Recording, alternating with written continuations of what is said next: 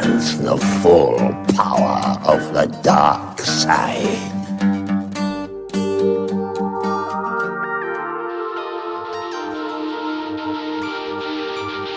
Good.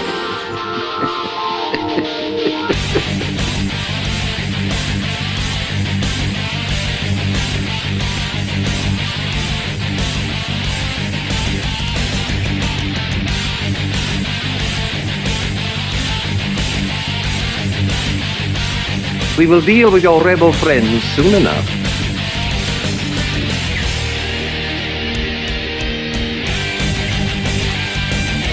What the?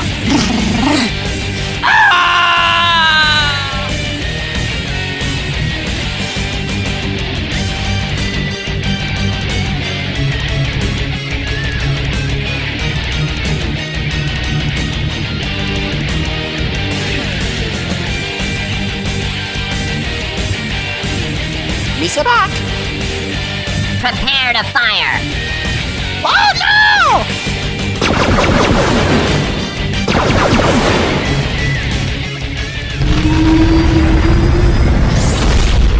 Hello and welcome back to Star Wars Beyond the Stars for episode number 17.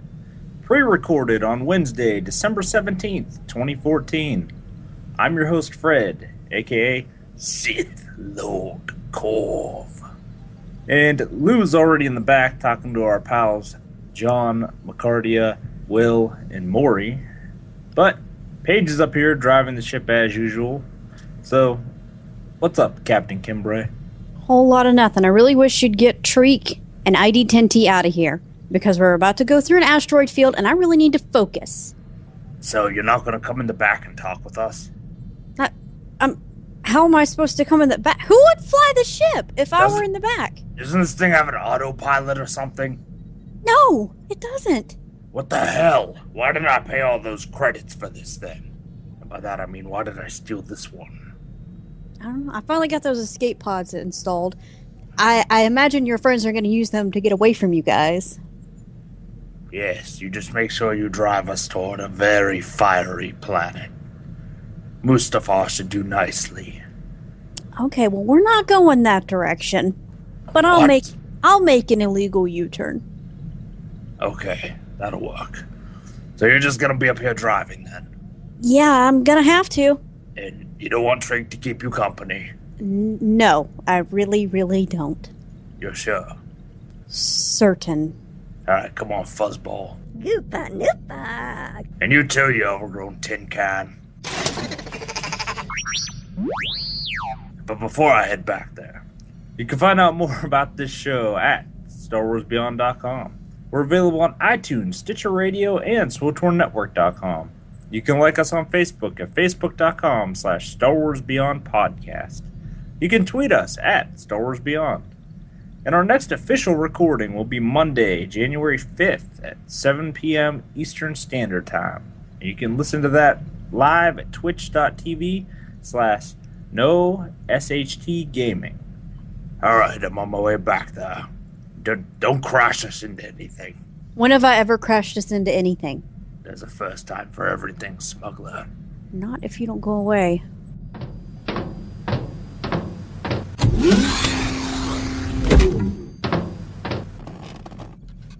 Welcome, ladies and gentlemen, to episode 18 of the Core Gaming Podcast, and boy, do we have a special Christmas-themed episode for you. This is going to feature a couple guests. So, from the SWTOR Beyond podcast, we have Fred, a.k.a. Sith Lord Corv. What's going on, man? Hey, John. It's Star Wars Beyond. Right. My bad. Star Wars Beyond also features Agent Olan, a.k.a. Lou. What's going on, Lou? Hello, John. Hello, everyone. What's going on? Glad to be here. Yeah, glad to have you. And, of course, we have our usual cast, starting off with the one and only McCardia. What's going on, Max? How can Lou's AKA be his real name? Like, I'm just a little confused on that. Because I'm crafty. Oh, okay, all right. Well, good to be here then. Being crafty. Yeah. Yep. And, of course, the luchador himself, Will Sovereign. How's it going, Will? It's going well, but I'm not crafting. I'm not crafting ever again. Fair No enough. more crafting. I'm Yeah. sick of it. I forgot that Will used to be a luchador. He did. Yeah. I missed the mask. The luchador returns. And with a special Christmas-themed introduction that's going to be clean and well-mannered, Morq. Sleigh bells ring. Shut up!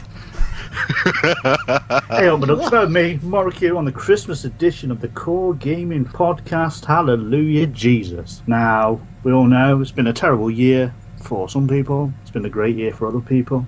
I've had trouble. I've had tribulation. Carry on, John. This is going to be an interesting episode once Maury's edited out of it. So are you offering to edit? Is that what just happened? Because that's far too much work for me. Yeah, Well, I don't I'm think just we've ever saying. edited anything. No. As long as it doesn't say at the end, sorry we missed the end. No, that's bullshit. No. There, Tactical Ninja. I went back, listened to it on my phone, but it's not there. But, No, I listened to it. I listened to it on her phone today, and it's not there either. So I don't know what's going on. Alright, guys, so we're doing a different episode than usual this week. We're not going to go through our usual segments. We're just going to have a big roundtable discussion with a group of friends here that love games. So why don't we get right When are they into turning it? up? We don't have a table. Wow. When are they turning up? The people who love games. Yeah, I'm just saying, when we go through this list, there's not too many we liked. But Maury, I have enough badges to train my Pokemons now.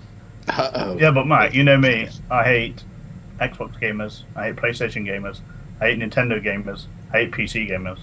Wait, Damn PC But gaming. at least you like They ruined the PC one. gaming. you have a DS now. Do you guys know that Maury got a DS? I've always had a DS. Nah. Filthy casual. Yeah, I got it 10 years ago when it first came out. 3DS. Yeah, me too. Whatever. Now we got a But I have a 3DS. 3DS now, 3DS XL, thank you very much, without an adapter. Well, yeah. You still don't have one? No, I do. It's in a box because I refuse to open it now. You can return It's that. like out of. Because his brother, remember his brother had one that worked? Yeah. Guys, let's get into some of our discussion topics. No, let's talk about Christmas for a little bit. Okay, go ahead, Maury. Talk about Christmas. What do you want to tell me? So, what is everyone having for Christmas dinner? Probably Minigati. Probably beer. Beer, fair enough.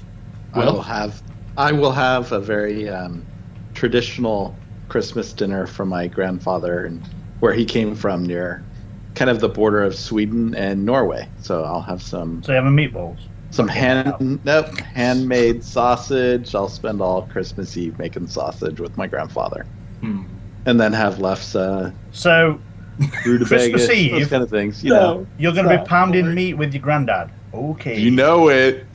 Wow. You know it. I hope Every you year. I hope you never introduce It's Charlie the to that most tradition. wonderful time of the year. He only eats it. Oh my god. Yeah, you know it. Fred, what's on It's all the about. dinner table for you on They Christmas? don't have Christmas in outer space. Oh, they got it. No. There was a Star Wars Christmas special. We have Wookiee Life Day. Wookiee Life Day. Is that what they called it? Yeah. Oh. And in So fact, right now, SWTOR is celebrating Life Day as an in-game event. Oh, cool. So Can I you get get one to of those dress up like a cool, Wookiee? like, crossguard No, you get to lightsabers log in SWTOR? in and do nothing but throw snowballs at people nonstop. Oh, that's fun. Like Awesome. every other MMO that's ever had a festival. Well, as Christmas. as a Sith Lord, what do you put into your snowballs? Yarns and other things that hurt people. Or that. But no, just I have expect four no slots. less. So, guys, new consoles launched in 2013, as someone kindly updated in the notes. And this was like the first year they were out, because they came out just in time for Christmas. So, what do you guys think of the first year for PS4 and Xbox One? I think they should have launched some games with it. Well, yeah. I feel like they didn't have any real prevalence in games until, like, the second half, maybe even the fourth quarter of this year. So, really, I mean, it's just the last few months they've actually had anything decent, really worthwhile on them. Okay. Lou, any thoughts on that? Well, I just think that, as one of our, esteemed colleagues once said, time to push the envelope. And personally, I don't think either console is doing that. I mean, they're bringing a new face. They're bringing a new console system to the public. But I really think it is a misnomer when they say next gen. When I have a former laptop that's probably just as good as those consoles. I think I have a I've always tablet viewed the as term. good. I've always viewed the term next gen as like it's the next generation, next iteration of that console line. So I guess in that regard, it's technically next gen, but I don't think it pushed the next gen boundaries from like PS3, Xbox 360 to Xbox One to PS4 as the 360 and PS3 did from the PS2 and the original Xbox. Right. Yeah. Because my thing is, when they use that moniker, it's just it's kind of misleading. It's like next gen in terms of it's the next iteration of these gaming consoles, but not really, because I think the perception is it's supposed to be pushing the boundaries for the console systems. I don't think they do that. I mean, they do to people who don't know about PC gaming. Right. Yeah. That's fair. And again, it's gonna always go back to that argument of where graphics don't matter.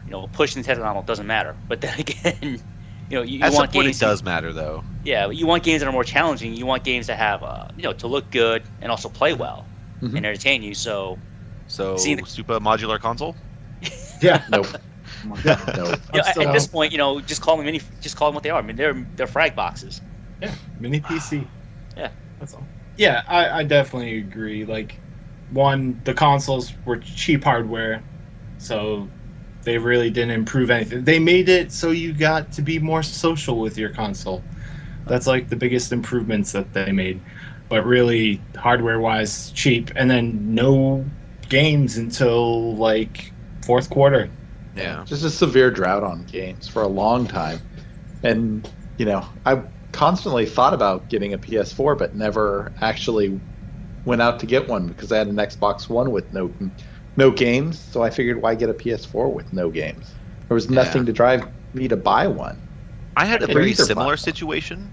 Lack of funds, actually, but yeah, definitely. I'd like to get a PS4 as well, and I agree with what John said. Is like you are more social with your console. I mean, the best thing I actually love about my console is not even the games really that much. It's just the fact that it's just easy to use. Like I can just use it for like my multimedia if I want, and just yell at my console to do stuff, and it does it. Yeah.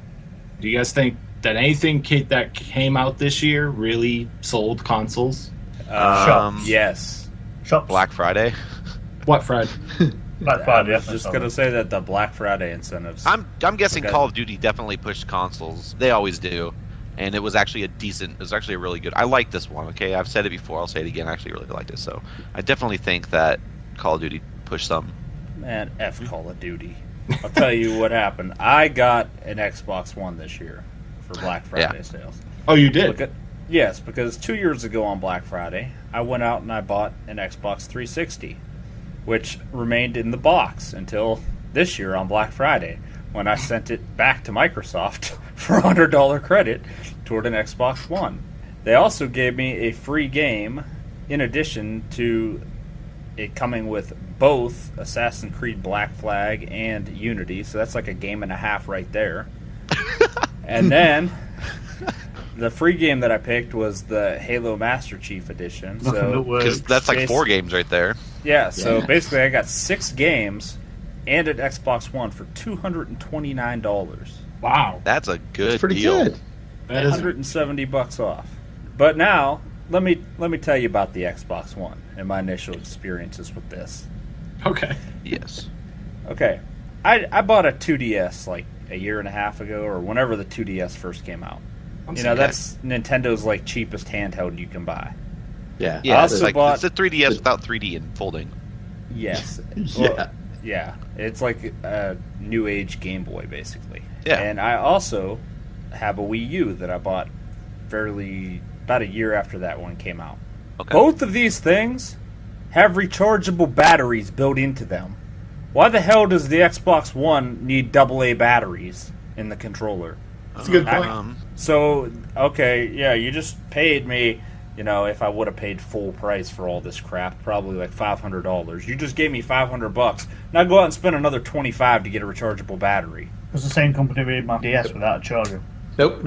Different companies. No. Yeah, the Xbox does not come with a controller that charges that's an aftermarket thing. Stupid. Yeah. That is garbage. That's so anti-consumer. And then even if I use my micro USB cable to plug my controller in and I'm watching Netflix or something, the controller still puts itself to sleep like it has a battery that needs to be saved. So then, okay, well, this part's coming up. I want to pause. Come on, controller, wake up. Don't you have a Kinect? Pause. No, I don't have a Kinect. You get Xbox pause, and then it just pauses. Yeah. Yeah, but he went sans Connect. So, Black Friday moved consoles, and I would say Super Smash Brothers sold reused. Oh yeah, It's a good game. I like yeah. Super Smash Brothers. I Well, only fun. have it for my 3DS, so I don't know. But if it's anything like that, then it's probably really But fun. I'm pretty sure that Sunset Yeah, Overdrive like it. sold. Drive Club probably sold PS4. Destiny definitely sold consoles. Yeah. I'm sure even the Master Chief Collection was like an issue for people. I think a that lot of wanted to get people that. who were buying an Xbox One probably had Master Chief Collection in mind. Yeah.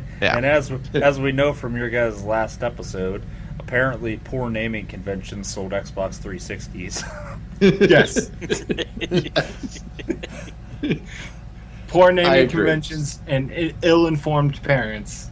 Gotta love parents. It'd be great. They buy the child an Xbox 360 and a whole bunch of Xbox One games. They're like, it's the newer one. It should definitely play the old games. I Come bet on. that happens. If you have an gotta Xbox happen. One and you're buying physical media, you're doing it wrong. That's all I'm saying. No agendas.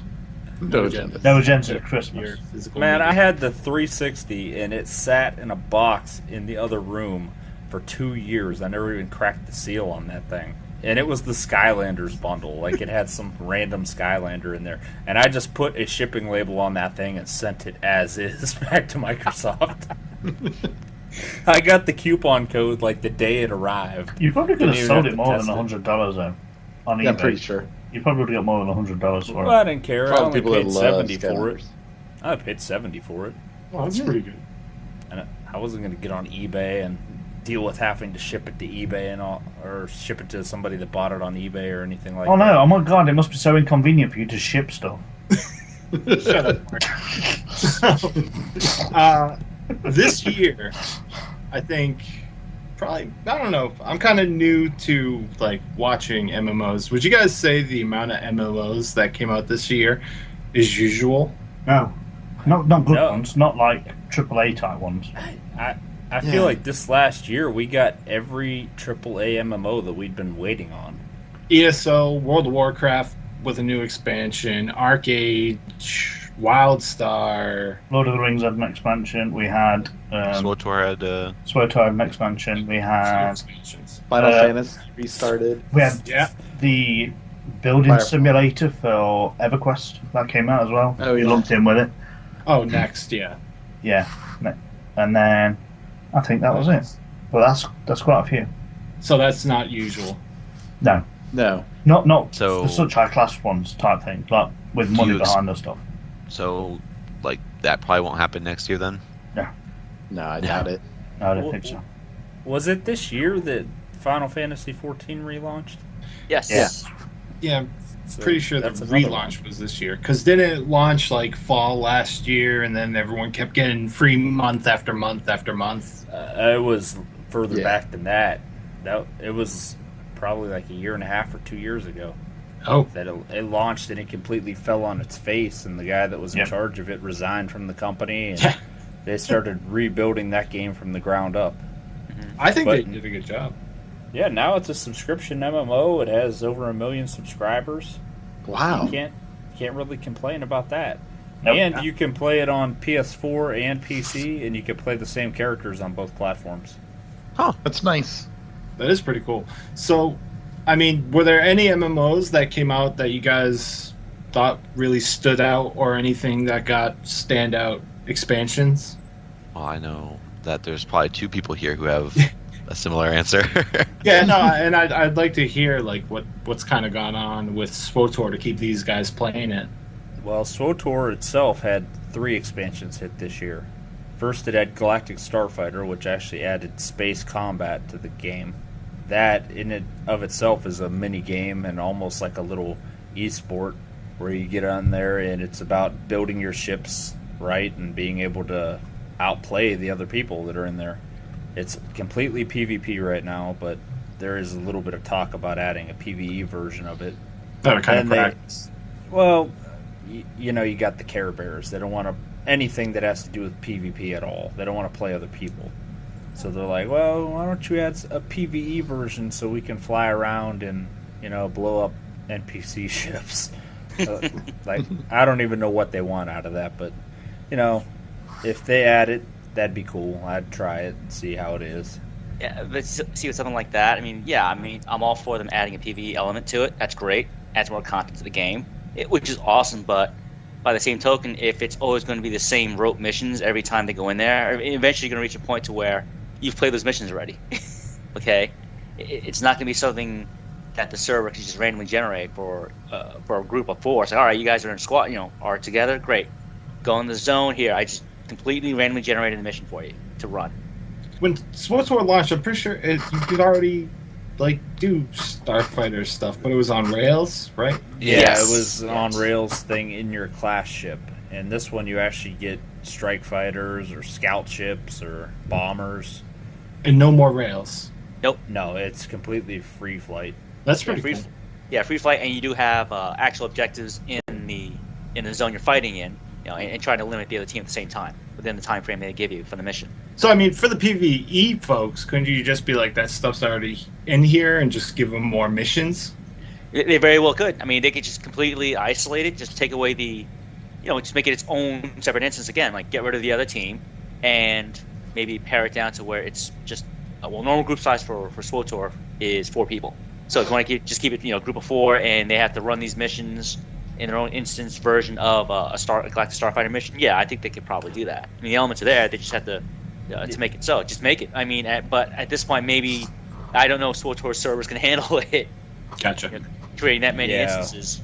We've been having a lot of lag issues lately with the game since the new expansion just launched. A lot of lag issues.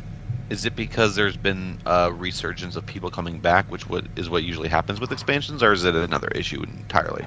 I would like to say that was the reason, but we're finding out more and more lately that however BioWare built this game, it's very unstable in a lot of regards. They actually come out lately, and when they can't do something, they actually tell us, oh, well, we wanted to do this, but we didn't have the technology to do that, or it's a technological limitation. And so far, they have taken the servers down, done 2 or 3 different patches to try to address latency. It's getting better, but it's still a problem.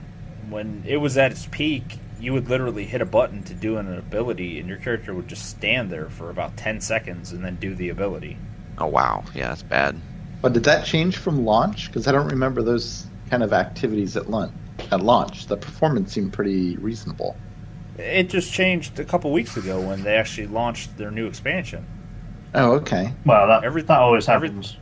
Everything was steady until the expansion hit, and the responses we've been getting lately from the community team make it seem like, well, we're just going to keep trying to tweak stuff. We're not really sure when we'll have it addressed, though.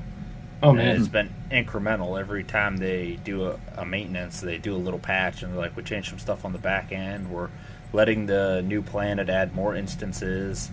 But Lou kind of hinted at something that he was telling me off air that might be the case, where he said that when they do these instances of planets, he thinks that everybody is on the same planet. They just make people that aren't in your phase invisible to you.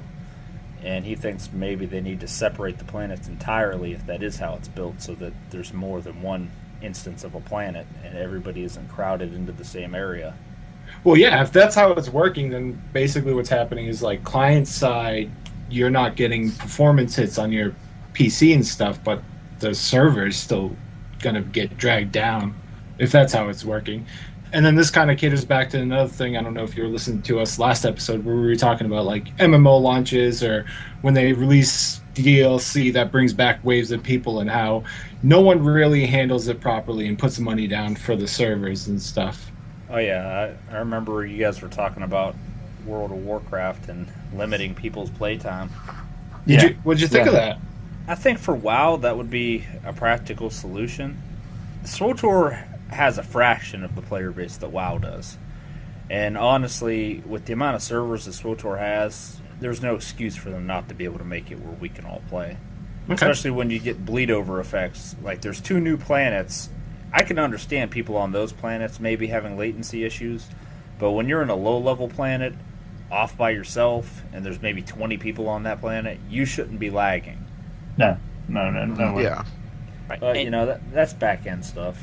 And, it's pretty bad too when the latency issues have reached the point to where it affects player versus player content. It affects Flashpoint and SWTOR calls like raids, operations or raid type content, to where the guilds that are trying to run that content can't or won't because they know they've had issues with that, and it just doesn't make it worth their while to keep dying constantly because their abilities aren't firing off, or they can't react because the server updates on their side are so bad. It's like, all right, I just got slammed for 1 million points. How am I supposed to stop that? Yeah, if the game's unplayable, they shouldn't be charging you that month. Well, it's free to play, so never mind. But you should get something in return, because some people will be paying subscriptions, and if the game's unplayable because of server stability, then that's something that they need to address, not something they brush under the carpet. Yeah, by the sounds of it. I think there's actually probably a fair number of people that paid subscriptions for SWTOR. I know when I played it, I only ever did subscription when I played it. I couldn't do the free to play. I couldn't do the free to play. Yeah, I did it for a while. Oh my god, it's horrible. So much stuff was locked out. Well, Lou, ridiculous. I can't imagine you could do the free to play. It only gives you 2 characters. It was horrible. It was bad. I'll just leave it at that. But just to go back, just for the release of MMOs, I've been finding lately, at least from my end, my experience is that more and more MMOs coming out. I think it's becoming an industry standard and a player accepted norm for people to say or to accept. Oh well, it's an MMO. Do you want a perfect release, or you should expect something to be broken on release? I don't accept that. Broken means something is broken. You don't accept a car broken in dealership. Okay, you don't accept your dinner from the restaurant with stuff missing from it. No, absolutely not. No, we'll get that to you later. Don't worry about it. Yeah, and when people try to counter that argument, say, well, you can't use that kind of logic. What do you mean? It applies or it doesn't. Well, I know I've never pre-ordered a car. This is true. I thought about it. The Tesla. I think you actually some people they order them before they release, and then they pick them up when they Well, release yeah, this. because it comes with day one buffing. Yeah. It comes with extra bells and Day whistles. one new car smell. You get a pet. Yeah, it comes. You get a special with a pet dog. with your car. Comes with a sticker. You Of a buy the dog. car on day one, there's a dead rat in the glove box. Yeah.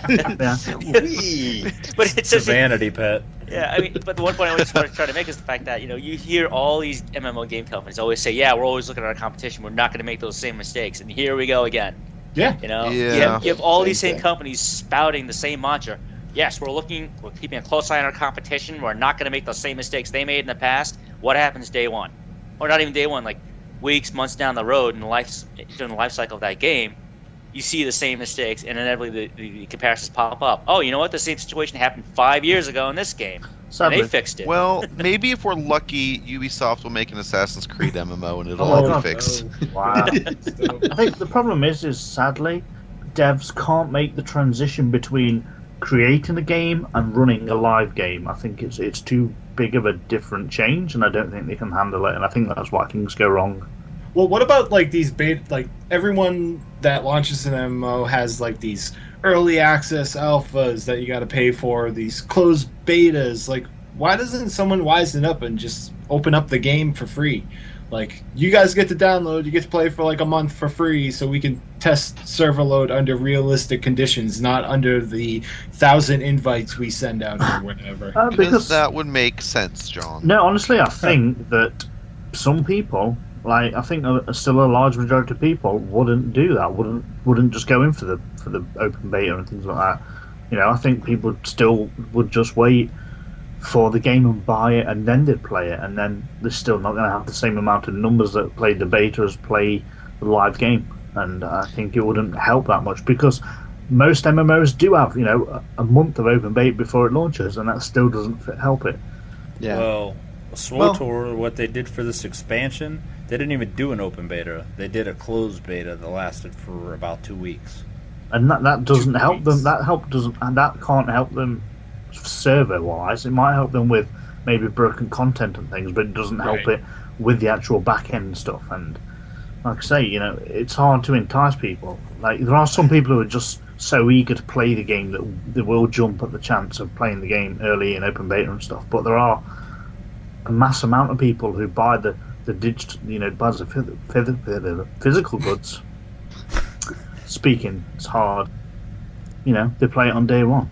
Yeah, but at the same time is the PTS, so everybody has some kind of public test realm or test servers that are available, and do you really want to install the game twice? I'm glad that you mentioned this, because let me tell you about the PTS for SWTOR. They take it up and down as they choose randomly, and they expect you to go on a website and see whether or not the PTS is up. And that's the problem too. Like, that's another issue as well. The fact that, where's the disconnect happening between the devs and the player base? For example, like we were just talking about the betas. All right, how good are they now for the industry? Because it's all marketing. It's marketing, right? It's marketing. It's now they use it as part of the marketing ploy for sales hype. Because when you look at the dynamic of the people actually in that test, like who's actually testing, it is not. It's not a bad thing to say. I guarantee most of those people, a lot of those people, are in progression or rating guilds who are just trying to get a heads up. They don't give a crap about the test. They just want to see the content so they can start planning. Yep. All right. So they have foreknowledge of the entire content, so they can get, hey, world first, we got it, yeah, whatever, man. Yeah. Okay, that's all they want to do it for. They all they want to gain is insight to the fight. Or you have people who are so, they love the IP so much, they just want to play the content and they don't care about testing because they'd rather just be lost in the world they're in. I wonder what percentage of people actually do a bug test. report. Right. I mean, I know I sent a whole ton of them, and so. I mean, and the way that, and also the way the devs would run the test server. Okay, because I know when I was playing Star Wars Galaxies and that was out, at least at the time, okay, the devs took a pretty good, they were involved with their test server, all right? They actually set the parameters. And lots of times they were, well, I wouldn't say heavy-handed because it's their server. They don't have to be anything to you. They can do whatever they want. Mm-hmm. You're just there. They literally tell players, hey, if you're not testing, get off. And they'll know, and they'll boot you.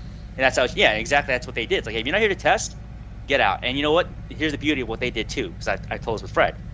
They actually set the parameters. So if you're there, I just want to check this out. No, we're not testing that today. Guess what? That's blocked off. You're either here to test land speeder mounts or to test this part of the game, or just log off because then you're going to be useless. All right, they set the parameters to the test server that way. It's like, everyone can log on today. Guess what you're doing? You're testing crafting, testing running, testing this, and this. That's it. That's all you're doing in the game on the test server. They should do that more often. Yeah, and I think that's what they should do. Is like, you know what? It's your server. If you want player feedback, you want honest player feedback who actually want to help you test the game, I guess at this point, be draconian. It's your server. You don't have to be nice to players. You're asking them for help? Great. If they want incentives, then why are you actually here? Yeah. Right, I think incentives are okay. I don't mind saying, here's some vanity item for doing 10 bug reports. Thanks. That's actually helping the game. But, just running a preview of your next expansion for, a couple of weeks isn't much of a test. It doesn't do much. I don't think it's worthwhile at all. Believe it or not, I think that the game and company that I've seen do the test server practice the best was actually Sony with EverQuest 1. They had a separate server that was the test server. But the test server was up all the time. And it was treated just like a live server where people could play on there, but they gave you incentives for playing on there. Test server always had double experience, and you got every veteran reward unlocked for playing on there. And they gave you perks like that. And I think now that the game is actually free to play, I think you might get full subscriber perks on that server, but don't quote me on that. They give you perks like that, and then they have a full community that plays on that server. And they get all the patches first because they're the test server. If bugs come up, they report them, they get them fixed. And developers are routinely on that server seeing if things are bugged. No, and I think that's kind of how it should be, is the developers should be on that server at the time. And I think, yes, it should be up all the time, but when they have new content that's about to drop, I think they should be doing kind of like what Lou was talking about and saying, hey, go run this new Shadow of Revan content, please, so we can see how it's working and trying to address the bugs proactively instead of doing whatever else you were going to do on there today. They should also, like for instances and things like that, they should have, say, 20 people running one dungeon, if on the same server, to see if it can handle it, and then just stress testing, which means they need more people, which means they should invite more people to do certain things, which is the more chance of people breaking it. The more people that do something, the more chance of breaking it, which is what the devs need to know in betas. So we need a more thorough beta. We need it open, and we need a more focused approach of what they're trying to fix.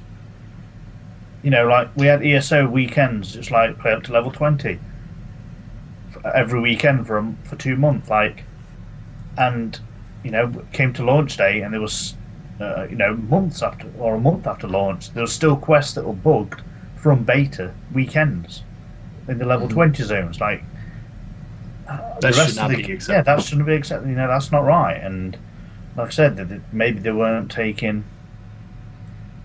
the right advice, or they weren't doing the right things when bug reports was mentioned.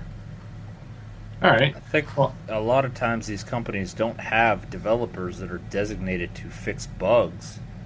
And that's something else that Sony used to do. You would have 2 or 3 developers that their entire job was just to fix bugs that were reported. Yeah, it's a good thing to do.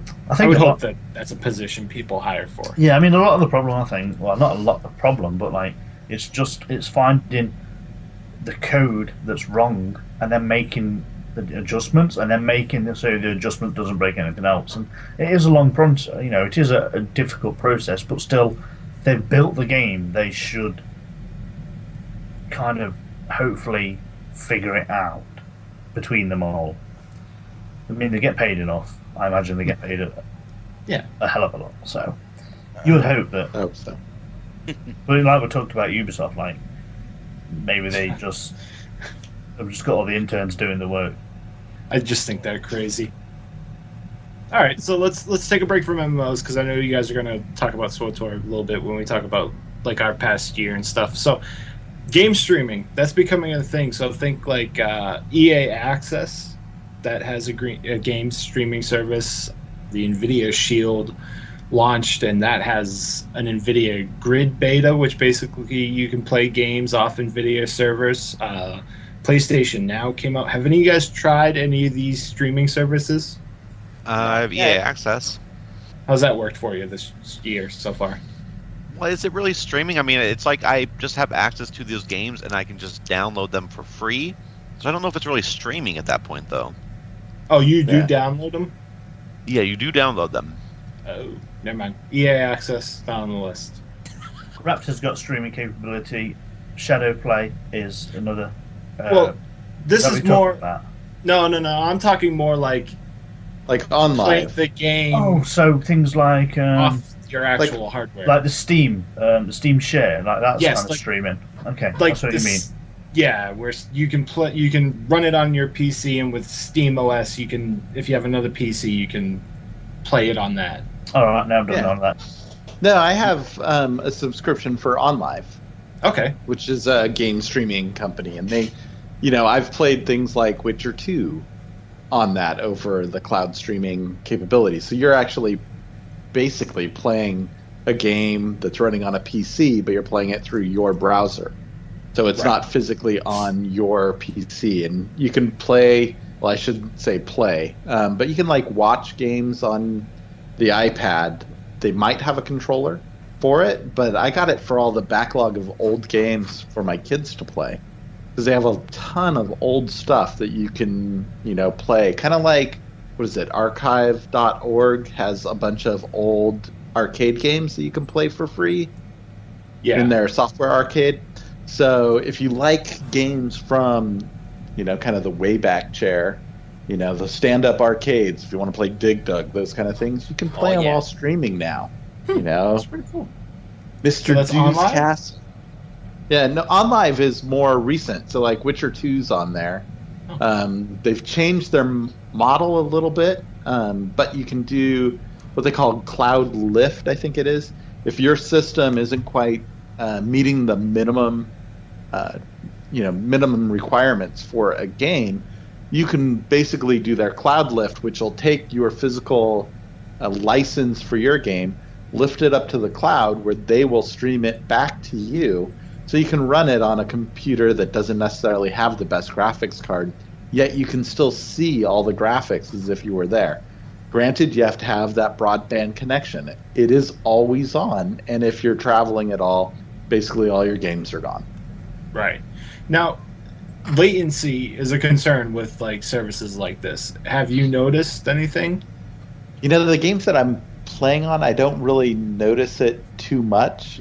Granted, at my house, I have a pretty good internet connection, and it failed miserably in any hotel that I tried it at. Okay. So, latency could be a problem there. I don't see a big issue with latency in, like, Witcher 2. Right, those but that's kind of when you're things. at your And home. It's not first-person shooters. Yeah. Yes, also a good point. Like, that would probably be a bad idea to play a first-person shooter, especially, like, competitively, over a streaming service like that, because all of the delay that you're adding onto it. I know myself, like, I have the Vita now and I have the Shield, and both of those, like, that's the same technology, but it's running in my house. And I've been having a blast with that. Like, I've committed to basically playing Dragon Age Inquisition. I just play it on the Shield at this point. I find it a lot more enjoyable than sitting at the computer and playing it. Yeah, I actually looked commend at a you for Vita finding yesterday use for that Vita.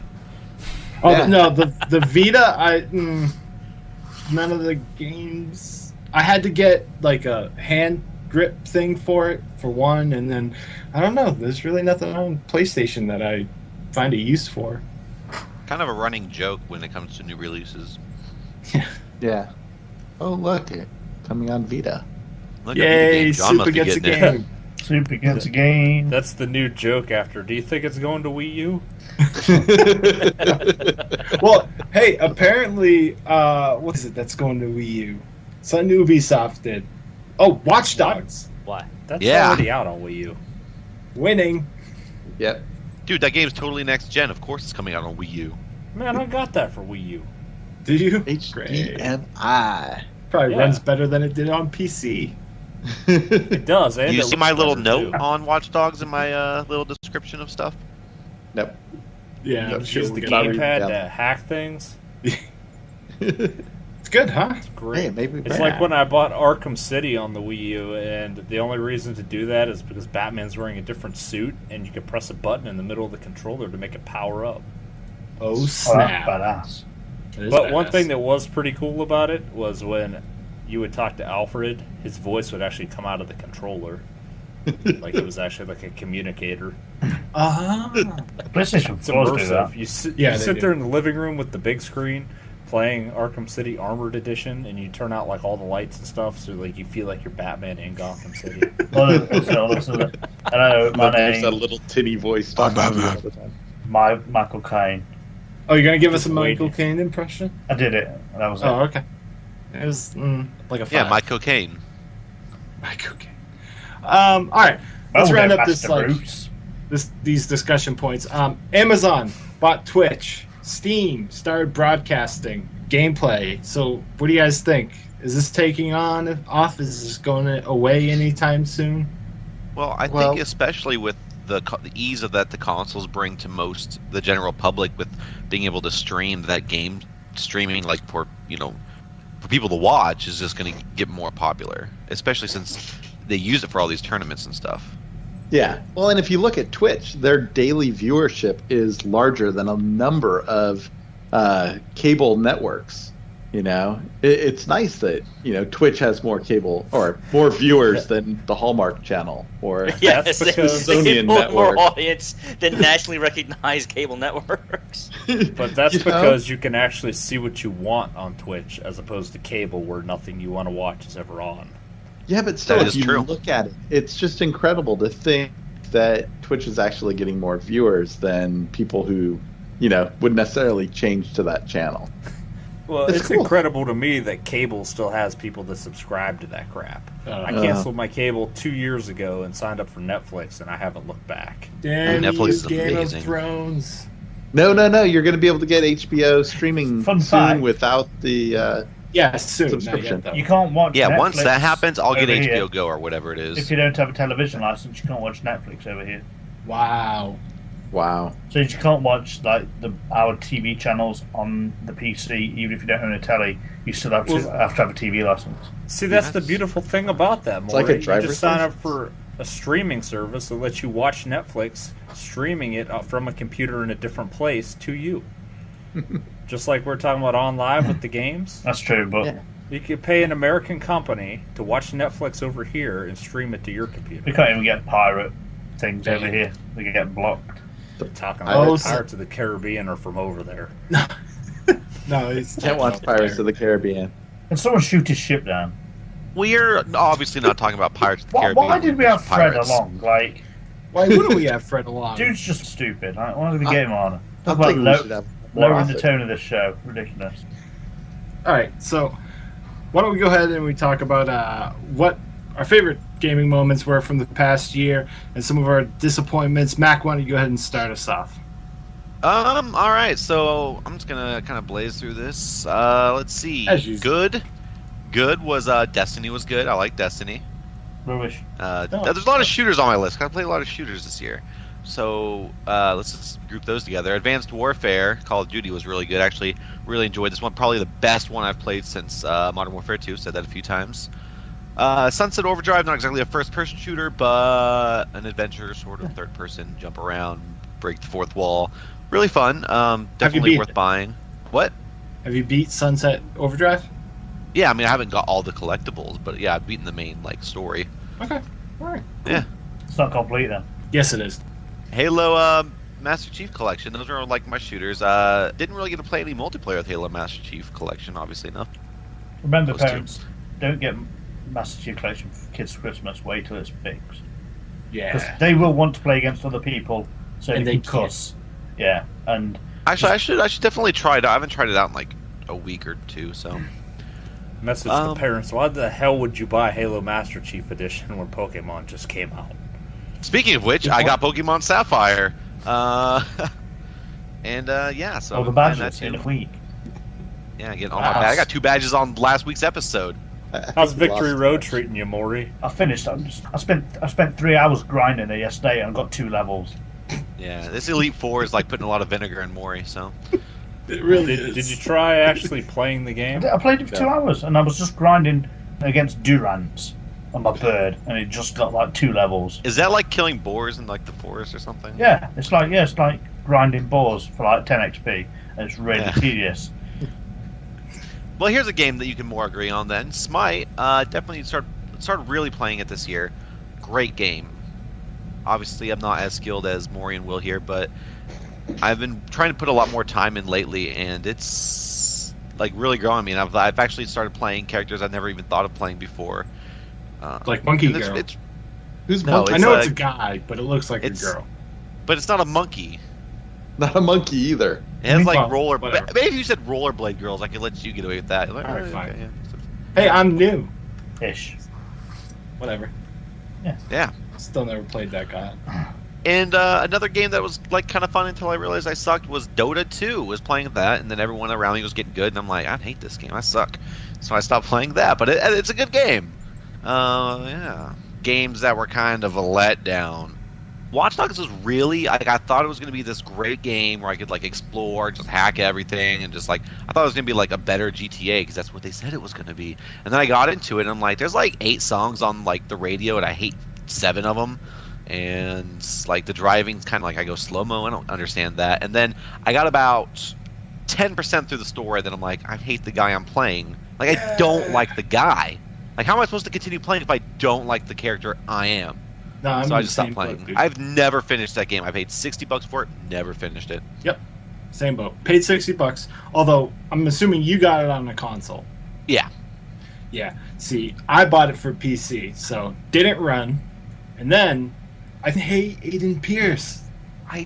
There's something about him I just don't like. I can't like connect on him with any level. I mean, even like the parts of him that are supposed to be good, I suck, and the Like, parts he that are supposed to be keeps bad, I don't putting even his hate him for. family in He's just danger. not connectable. Yeah. Anyways. Oh, good. Pretty much, like, those are the two biggest letdowns for me. Fred, how about you go? Okay. Well, see, I already started off with the whole SWTOR thing, but we only covered one of the expansions so far.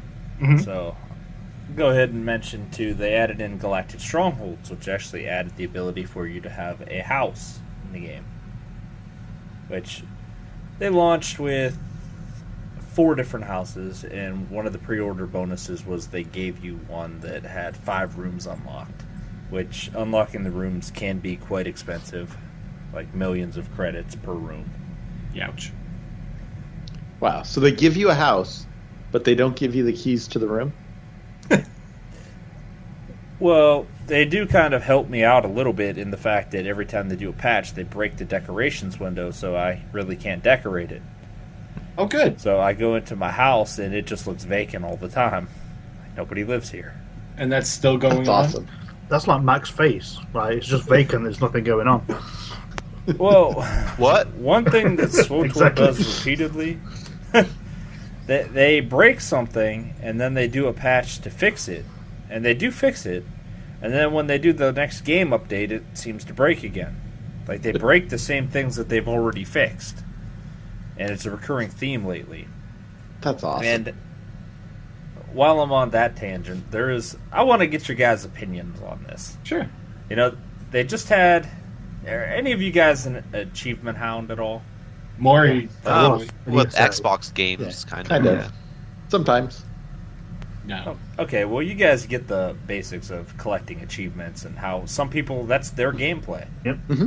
Yeah, that's Well- like their goal, the next goal, next goal, next goal. Yes, and Shadow of Revan just came out 2 weeks ago. And one of the new planets, Rishi, had a whole bunch of achievements tied to it. Well, players would earn the achievements, and then as soon as they logged out, the achievements were lost. Oh. So that sucks. they did a patch Tuesday to fix this, so it's fixed now. But BioWare made a post on the forum saying that their official stance on this is their official policy is when they do this and fix achievements, people have to re-earn those achievements. Because they don't have any way of seeing who already had them and giving it back to them. They that should kinda develop a sucks. way to do that then, because that Wow. might help them. Yeah. I mean, I understand trying to because you can't remember just when give it Diablo to 3 everybody, Yeah, but the thing... but they should have prepared for that. Yeah, I mean, because usually achievements are grindy. Exactly. And, you know, like, who wants to go and kill 700 Ewoks 3 times? Fun. I have a feeling Well- Maury, you would probably take some pleasure in that. I just didn't know any other thing in Star Wars that I could say kill. I didn't I know, you're Ewoks. into furries. I get it. We're not talking about Jedi Second Life after again. that. But I have spent time as a giant white tiger. Oh, God. So, yeah, strongholds. Some, All right, moving on and back on the topic here. As far as the achievements go, that isn't even the worst of the achievements that they lost. They did an event called the Narsadon Nightlife event, where players would go out and gamble at these slot machines and spend their in-game currency to do this, and there were achievements tied to it. They also lost those achievements months ago, and they're not running. people, well, they've been very quiet about this. And then they finally made this statement about the Shadow of Revan achievements, that this is their stance, that they are not going to retroactively give back those achievements. So now people are flaming them in that thread about the Narsadon Nightlife achievements, and one person was like, I'm not going to go out and spend 10 million credits again just so I can earn those achievements again, just so you can wipe them again, and then I need to do that all over again. That's a lot of time. Yeah. Yeah, and a lot of credits. money. Yeah. Yeah, you definitely can't Yeah, be free to but- play if you want to do that. Yeah, you can only have 300,000 Exactly, total when so- you're free to play. But otherwise, like, the Shadow of Revan expansion, like, is that pretty cool? Because Revan's an awesome character. There's 2 planets tied to it. I've done the first one so far. Because we were going through it as a group, and then a certain jerk decided to go and do the second planet without us. I take that. Not that I'm going to mention any names here. Good job.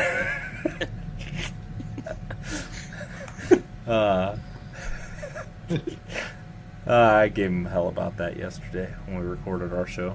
I think he's just trying to say, Fred, get on his level. Fred, the one thing that you need to be thankful for is the fact that he played the game while talking about it. Yeah. Yeah, this is very true. You played it. Yeah. He could have played Impressive. none of the content and just podcasted with you.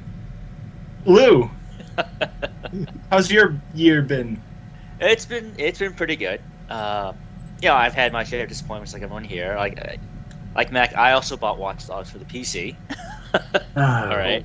Lou, I expect better from you. Yeah, and I did run into that brick wall first couple of days, just trying to get it to run properly. Yeah. And then actually going through the content. I mean, I'm only halfway through the game, but I'm not gonna say it's bad. I mean, I enjoyed it.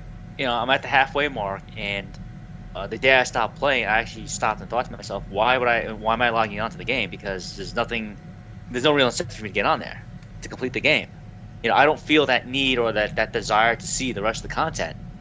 Okay, nothing really drove me to finish the game.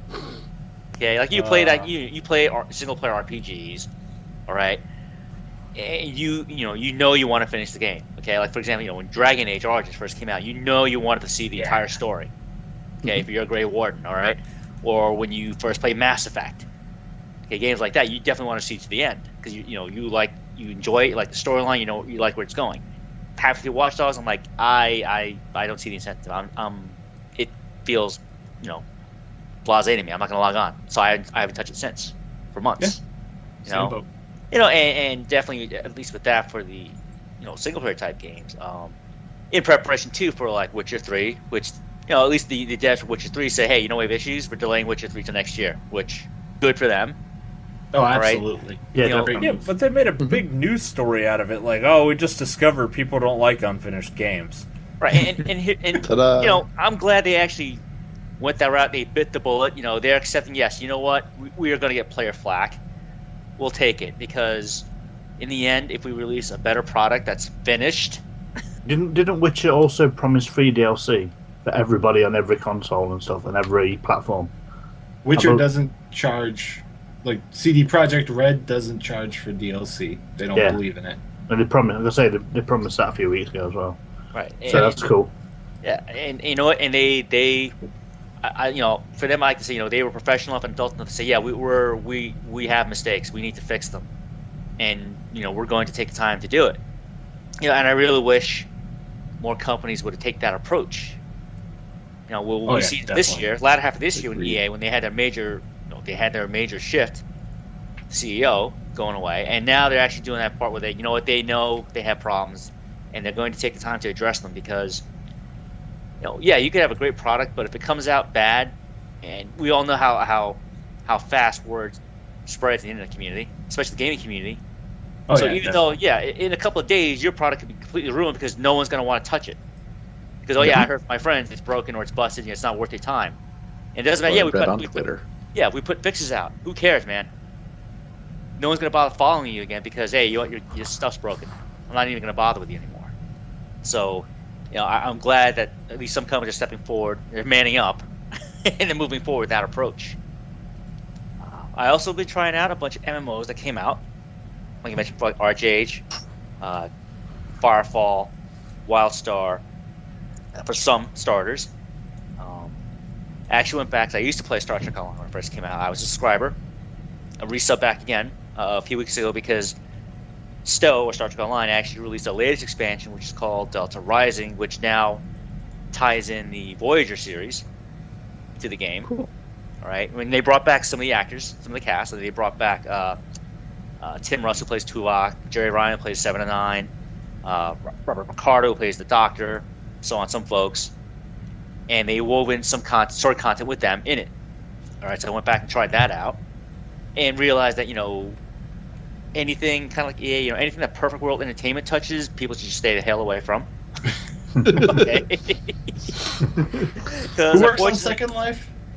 Is that Perfect World? Can you not mention Second Life with Maury in the call? I'll check. I've got an active subscription. Yeah. I do have a subscription to Second Life. Okay. It cost me $45 a quarter. and I get a free house. Great. Nice. But More yeah, than you have in your first life. Ah. You're still here.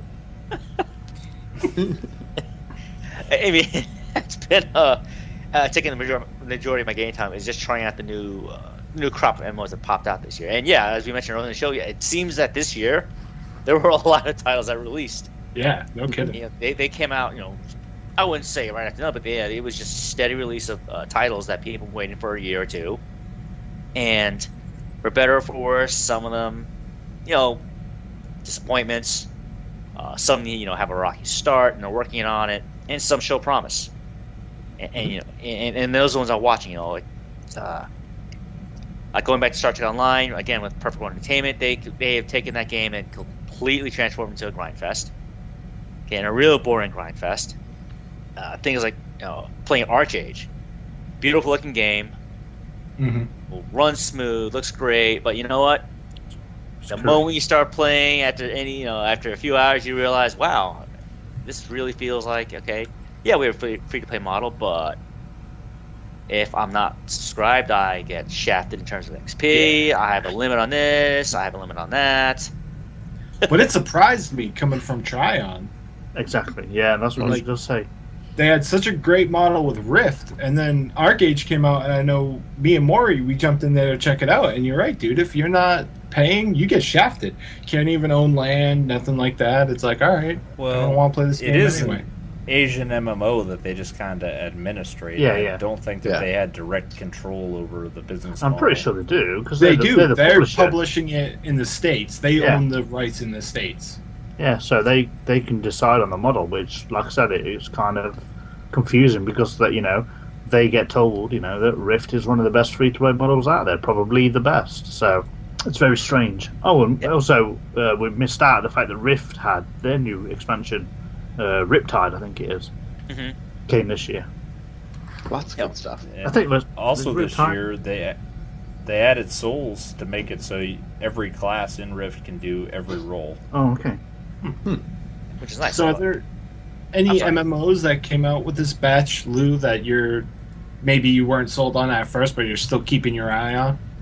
Well, obviously, I'm still playing SWTOR. I love the Star Wars franchise. I love the IP, so I'm always going to play it. I really won't count that because of my own personal bias. But I did try WildStar. I like it, and I probably will go back to it one of these days. Same thing with the the MMO elephant in the room, with Roll as a trainer. Oh, right, what's that? You're going back to it? I wasn't expecting that. Well, no. Here's the thing. I've always played World of Warcraft. I'm one of those off and on players. Okay, I play World of Warcraft. I stop, take a break from it, go back to it, and so on. Especially with the expansions. I'm the same thing with EverQuest 2. All right, both games came out in 2004. I played them both since 2004. All right, I have characters in both games that are from 2004 that I still play on to this day. For me, taking a break from the games helps keep my interest. I can't play a game 4, 5, 6 years straight and be that the only exclusive game I play. Cause that's crazy. At least for me, it is. Because I get bored. So I kind of force myself, not force, but I take a break, step away, say, all right, I'm gonna play something else. And with the variety we have out now, I mean, we have science fiction-based MMOs, we have fantasy-based MMOs. Okay, we have that, and I think that's what helps, keeps me playing these games. And going back to even just single-player titles, like I went back to playing Dragon Age Origins again because you know what? I'm taking all those save files, moving them into Dragon Age 2. Oh god. Taking that save file and then moving it into eventually when I pick up and start playing Dragon Age Inquisition. And I'm pretty glad too. I have to say that a lot of people I follow on Twitter and on Facebook, they haven't bombed or ruined the story for me for DAI. Okay. Probably because they can't. Yeah. Like they probably haven't finished it yet. It's a good game. Yeah. But that's what I'm doing, especially with and just using Dragon Age as an example. I even went back to redo Mass Effect, playing all those games again. Especially when they fixed the 3 when that came out. Obviously you got that, and now I'm taking those files from 1, 2, and put them into 3 and see, all right, how is this game gonna turn out now for 3? That's pretty cool. Yeah. So, that's been the focus of my year so far. Awesome. All right. Let's see. Mac went, Lou, Fred, Will. Yeah. How's your year been? I had to do some stats. So I actually brought up Raptor and Steam to kind of look at my hours played. And I'll be honest, I was surprised by the shift in my tendencies. Really? There were no like AAA titles that I spent a lot of game time in. So my list was pretty much dominated by free-to-play games this year. So if you look at it, and this may be surprised, Smite was not the top game. I actually played a game more than I played Smite. Oh, my adjutant. I know, believe it. It's a bit Marvel Heroes. It is Marvel Heroes. I thought it was going to be Warlords of Draenor. No, it was Marvel Heroes. I love Marvel stuff, so big superhero geeks over in my household. I played Marvel Heroes from the beginning of the year all through yesterday. And really, I own almost all of the heroes in the game, so it's a lot of fun just, going through, playing just about anyone that I want to play that day. And they've introduced a lot of really cool things this year, such as Rogue, that I talked about earlier on the show. Having basically a RPG character that starts off with almost no skills, and you have to run around and steal all your skills from the other heroes in the hubs and the other enemies that you fight, is such a neat concept because it's a blank slate and you have no idea what that other hero will give you. So sometimes I'll just unlearn a skill from somebody that I can remember where they came from, so Loki's skill or something, and then go say, hey, what does Captain America give me, and steal a skill from him and go run out and play and see if I like it. If I don't, I'll ditch it and steal a skill from somebody else. So the combination of Rogue, and then they introduced Juggernaut, which I talked about as well, being a character that really starts off with no energy or no mana, and you have to move to use your skills, and you just can't stop moving. As long as you continue to move and run through the content, you continue to have the abilities to do whatever you want. So that makes the game kind of a speed run everywhere. And it's just... About to say, that's like a speedrunner's dream. Yeah, it's just so much fun just having to be, insanely quick through content just so that you can keep your skills, basically your mana up and be able to do your skills. So a lot of fun there. And like I said, I still play it. I don't play it as much as I play Smite now, but I played it so much. I actually have almost 1,000 hours into Marvel Heroes, so it's kind of sad. Wow. Jeez. Yeah. Whereas I only have like 400 into Smite. So, good stuff, but a lot of fun. Smite has been a dream this year. It's been so much fun getting into not only the game, but also the esports scene, seeing that kind of blossom. And, what really triggered it for me was the fantasy leagues, where you're picking out your pros weekly, changing your lineups, and you're trying to get a higher score than the rest of the world. That was a ton of fun and really made me want to watch all of the streams of all of the professional matches. So I would spend, try and organize my time on the train so that I could watch the SPL, or, try and work from home when I could to see the games as they're being played, see the crazy stuff that happened, like Akila's comeback against Cloud9, where their Titan was down to about 5%, and then they ended up winning the game, and it was just awesome. Or Dig coming through with their backdoor of the Phoenix when they had lost a character, or one of Dare to Care, their support guy, DC'd. So he disconnected from the server. They use Giannis's ult, which does this nice teleported right to the Titan, while not Cloud9, it was Cog Red. So Cognitive Gaming Red was basically about to win the game, but since they had done that, they all had to retreat back into the Titan and defend it, and Dig ended up pulling it out. So those moments really just cemented Smite in my heart as one of the top games of the year and things that I really enjoyed. The other game that was up there in my top was Hearthstone, which I was kind of surprised because I stopped playing it on the PC a long time ago when it came out on the iPad. I almost play it exclusively on the iPad now. Meh. And makes and- money. Well, okay. Can't say much. You can't say much? No, he makes money. I was for hoping Hearthstone. he'd call you a filthy casual. Well, he is filthy casual, like it is, but Yeah, but it's a like I said better on the- interface. like I said on the last show, like sadly, it's the filthy casuals who keep games afloat. It's the whales and things like that keep games going. And actually, Hearthstone got voted the best mobile game of the year. Yeah, I can so- believe. That doesn't make any sense why they call those people whales, because they keep games floating. Wouldn't that make the people the water? Yeah, should be. Good but- point. Does water float in water, or does it sink? In the Dead Sea. It depends. Is it hot water or cold water? Is Maury in the water? Ooh, then it's Is it warm. fresh I water haven't been or drinking. salt water? So those were my top games, though. Those three. I also had a number of other games, but I was just really surprised that other big name titles did not really come up there.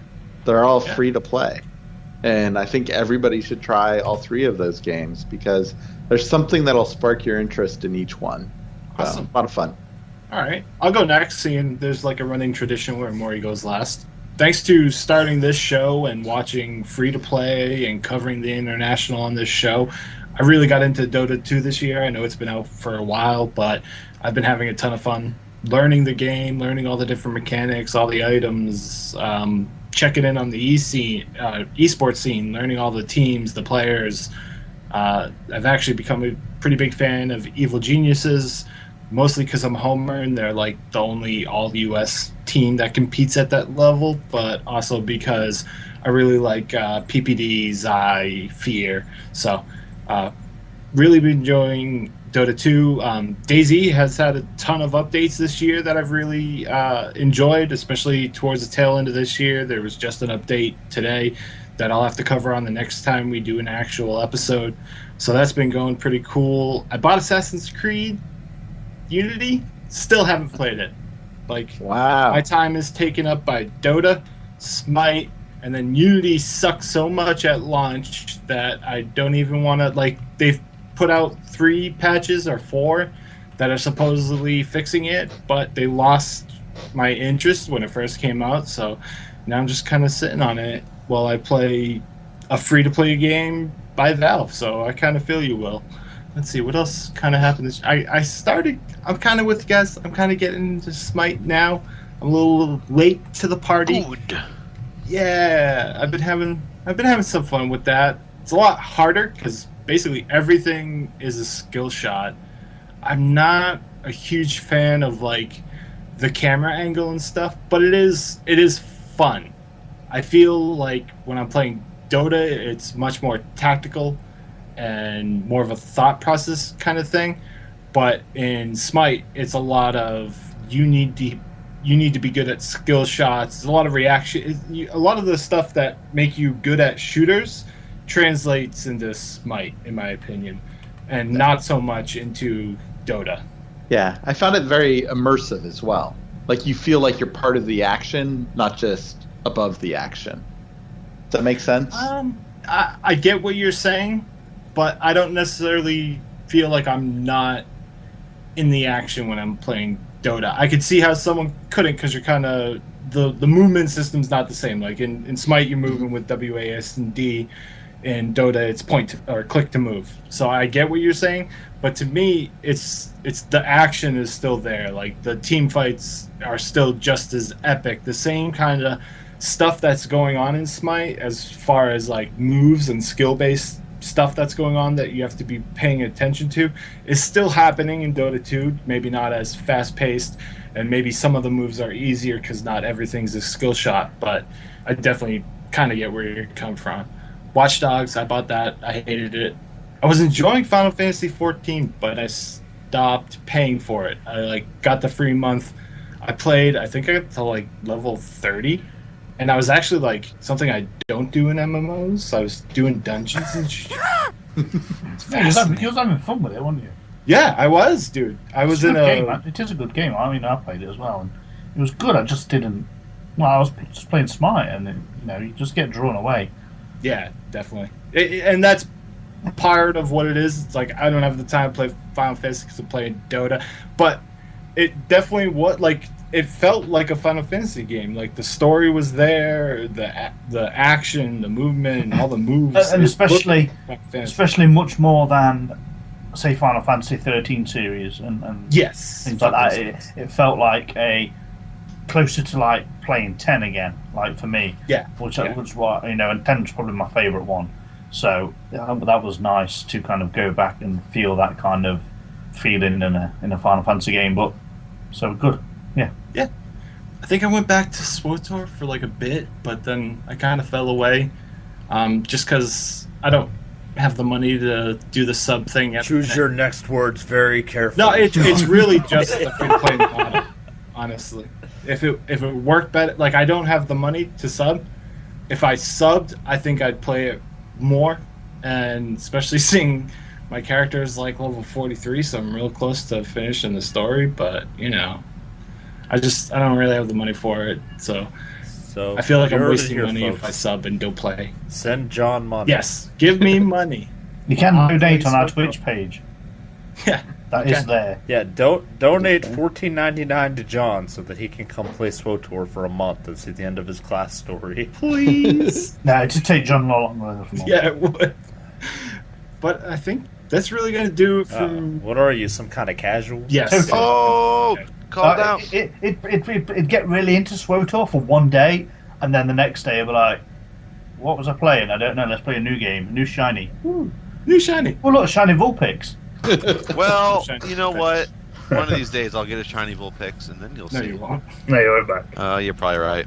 Finally get one, and then your 3DS will blow up. All right. When we get what Maury enjoyed, and I can only imagine what this is going to be. So, my favourite game of the year has been Smite. Now, we'll go into that, but the guys have talked about it. It's a lot of fun. I've spent a load of money on it, and I've enjoyed the community that I'm becoming part of and watching streams. So I won't cover that. Well, wait, Maury, just from my frame of reference, I've spent more on free-to-play games than I've ever spent on other titles. Okay. And I'm just wondering if you're having that same kind of arena where I'm more than happy to spend... Hearthstone packs. I mean... Yeah. Like, I'm more than happy to say, I would typically buy a game for $60, but, well, this one's free to play, and I want to play lots of extra things, so... Well... Here's an extra $300 on top of it. I've played three subscription-based MMOs this year that I've subbed for multiple months to. So I've spent money in all them. I spent extra money in ESO, ridiculous amounts of money. Like I paid £15 for a horse just because it was different. I played WildStar and I bought the deluxe edition, which I always do. I bought the deluxe edition of Final Fantasy and spent money on them. But yeah, Hearthstone, I bought, I did a couple of 100 pack openings, I think, for the original cards, and then 155 card packs of the new stuff. So I spent money on that, which is, a couple of $100. So it's fair to say that I've spent more money on free games, which is kind of the same as last year when I started playing Rift. I spent a ton of money on that because the game was fun and I wanted the cool things, which is what I was like. So, yes, free-to-play games are good. They do cost you money if you want to support it, which I like to support games that I'm having fun with, whether it's free or whether it's a AAA game. If there are extras, I'll probably buy them. So I'm definitely with you on that. Not actually played any other free-to-play games other than Smite and Hearthstone now, and I've been a massive fan of Hearthstone. And the new patch, the new expansion, is really good. Though it does make it a lot more RNG based. It's practically all RNG. Like there's cards that give you a random 4-cost minion or a 2-cost minion, or there's a legendary that when it dies gives you another random legendary.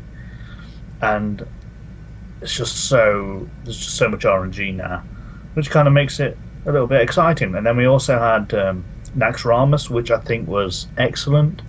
The new cards really gave Hearthstone a kick because it was starting to lag. I think Hearthstone is going to have new releases at least every 2 to 3 months to really kind of sustain the kind of esports scene and people's interest in it. Because I know that I had a massive kind of...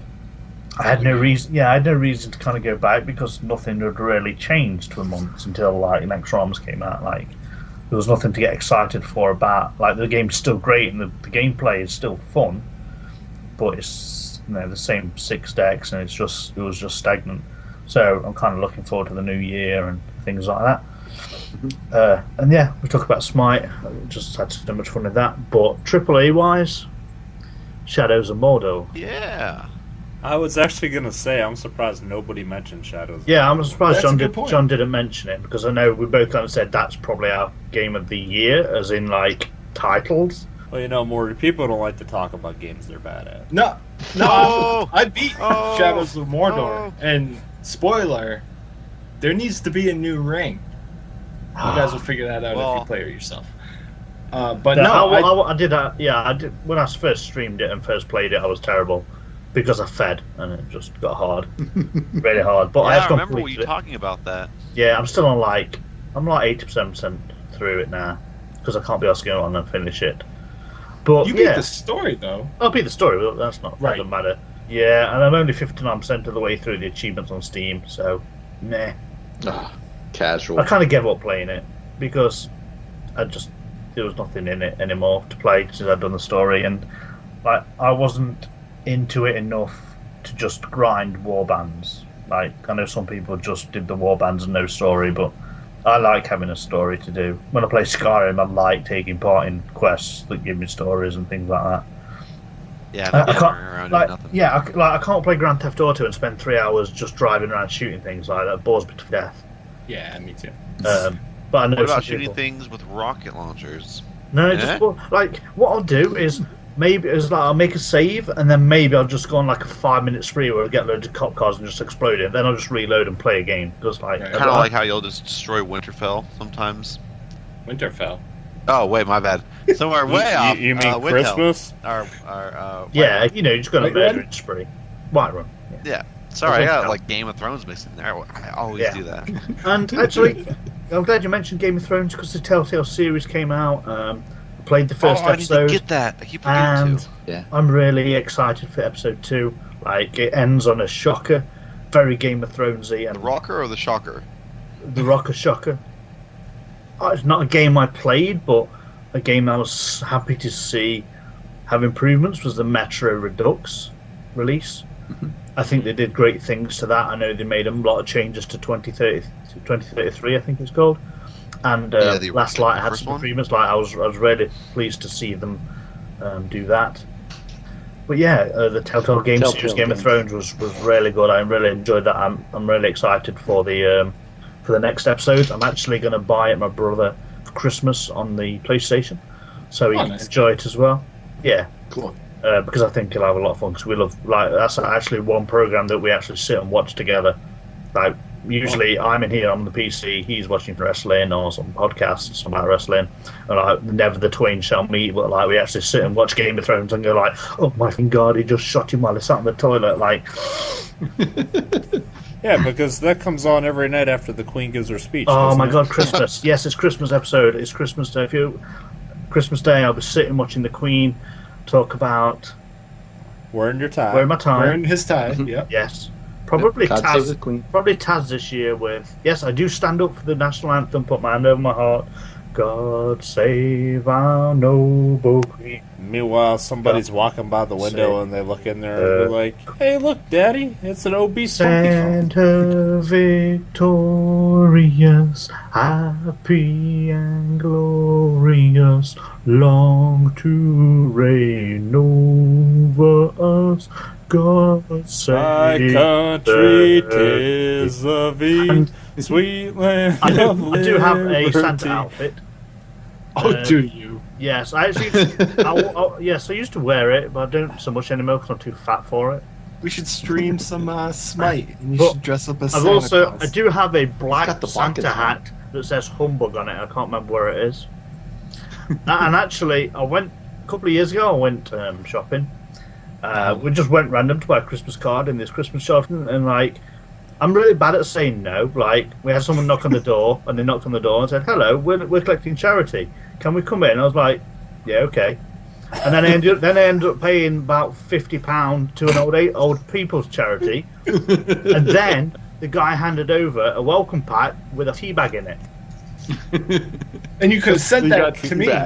And because I'd already said yes, ended up paying 3 months to that charity because I didn't want to stop it because I felt bad because he made me say yes.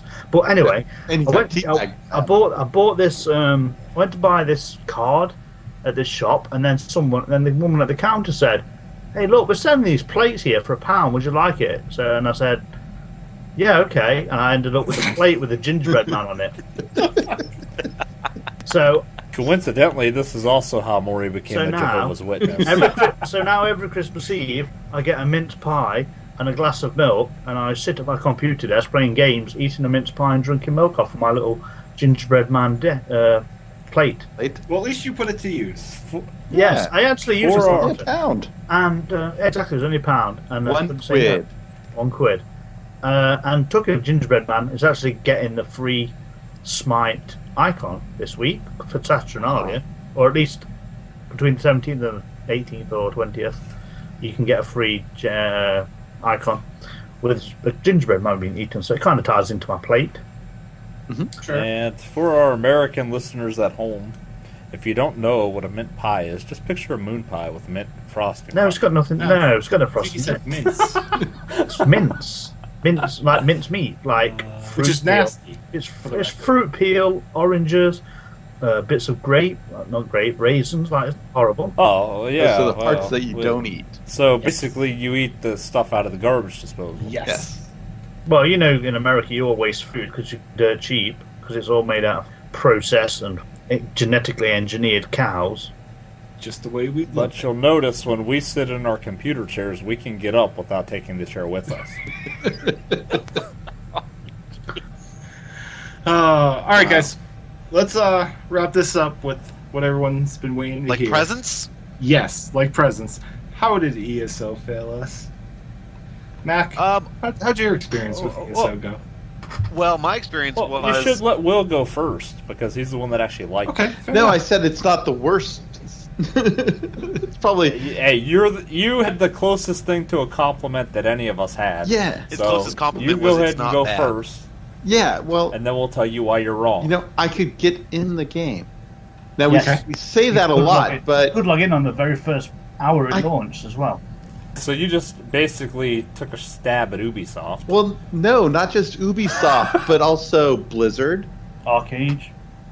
Yeah, Arcade. Queue I Simulator. downloaded it. I tried it. I sat in queue for 3 hours and decided that I wanted to do something else and I ended up uninstalling. You know, there's a lot of these games that launched that I couldn't even get into. So the fact that I could Okay, get into ESO was great. The fact that I ran out of things to do was my big issue with it. No, wait, you're supposed to be the ESO advocate. Oh, I'm You're sorry, I'm supposed sorry. To just list positive things. No. Just give us positive things. You know, the graphics were nice. It was a beautiful looking MMO. Okay. It did look Yeah. It is a beautiful looking MMO. indeed. Okay. Yeah, there's a lot of good things about it. I like the class system, actually. You know, it felt good. I like the different builds that you could do based on your weapon. But none Did of you them worked. try a bow? No, I did not try a bow. Try a bow, then say that with a straight face. Maybe it's I'm not better going to now, go John. back into it. It could be better. I don't know. I haven't played it in a while. But I mean, all you got to do is pay $15 to find out. yeah, You already know. that's not going to happen. I mean, think about that. You spend more money than that. on Sorry, I'm packs. just going to say, I'm still actually subscribed to ESO. Wow. See, Maury's the Well, ESO that's lover. because you're a casual. No, it's just because You subscribe to games you don't even you play. can't be bothered to get out of Smite to go to the ESO website and stop the reoccurring payment. Exactly. He just has to be one of those whales keeping that game afloat. Yeah. All right, so Will couldn't defend it. Mac? No, I don't think it necessarily needs to be defended. It's not a horrible game by any chance. Just wait till the end of this. Yeah.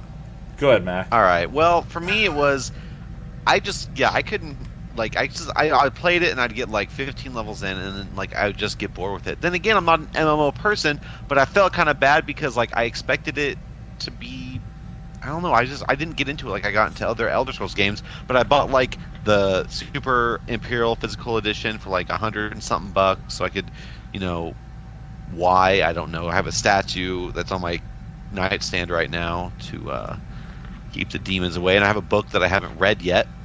So I felt like maybe I just put too much. I feel like it failed me because it didn't live up to what I thought it was going to be. When they talked about like PvP and like Cyrodiil, I thought it was going to be like, okay, cool. Like I can get a group of people and we can just go like around, like maybe like have a camp and then like gank some people that are out there. But it was just like, nope, go to this keep, go to this keep, go to this keep. You got to scroll, all right. So I feel like they, like the way they had painted the picture in my mind wasn't what finally came out. So Okay. I was disappointed that I spent way too much money on that game. So I stopped subbing after like 4 or 5 months. Yeah, so Wow, it took 4 or 5 months to realize you weren't getting your money. it took me 2 to 3 months to like realize that I was to stop playing it, and then it's another 2 months for me to realize I didn't stop paying for it. So Speaking of paying for that game, why are they the only MMO in history that charges you sales tax for their subscription? Right.